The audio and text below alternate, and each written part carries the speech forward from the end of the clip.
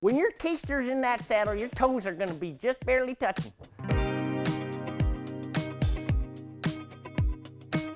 Setting the proper seat height on your bike is important. Too high and you're unstable.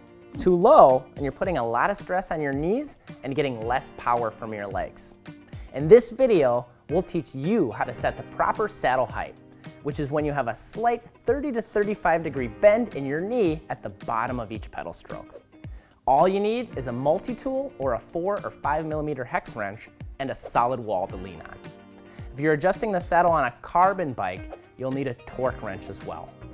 Now on most bikes, the seat post is secured with a clamp that releases with either a quick release lever or a 4 to 5 millimeter hex wrench. Be careful to look for the torque spec on that clamp.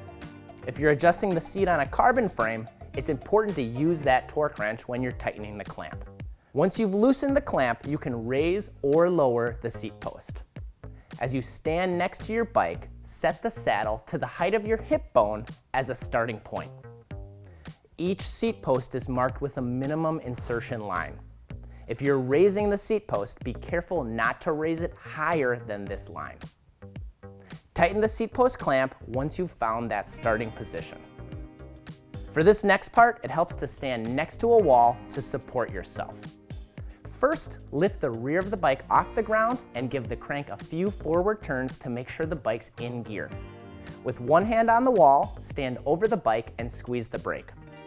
Boost yourself up onto the saddle and pedal backwards a few times, stopping when one leg's at the 6 o'clock position. With the ball of your foot on the pedal, straighten that leg until your knee is locked out. Your heel should fall 1 to 2 centimeters below the pedal. It helps if a friend can stand to the side and check for you. Now, if you can't fully straighten your leg, raise the saddle. If your knee's locked but you're still stretching to reach that pedal, lower the saddle. Get off the bike to raise or lower the saddle height and make small adjustments as you go. Make sure the saddle is straight by looking straight down and lining the nose of the saddle up with the top tube. With your saddle height properly set, you'll only be able to touch your toes to the ground when you're sitting on the saddle. If you can put your whole foot flat on the ground, your saddle is likely too low. The final test is going to be that first real ride. And it's a great idea to bring that multi-tool with you in case you need to fine-tune the seat height. If you're experiencing knee pain or you feel like you need to get out of the saddle to get any power, your saddle's likely too low.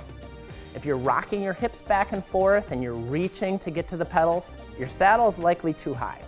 Now with your saddle at the proper height, you'll be way more comfortable and get a lot more power out of those legs. Happy riding, everyone.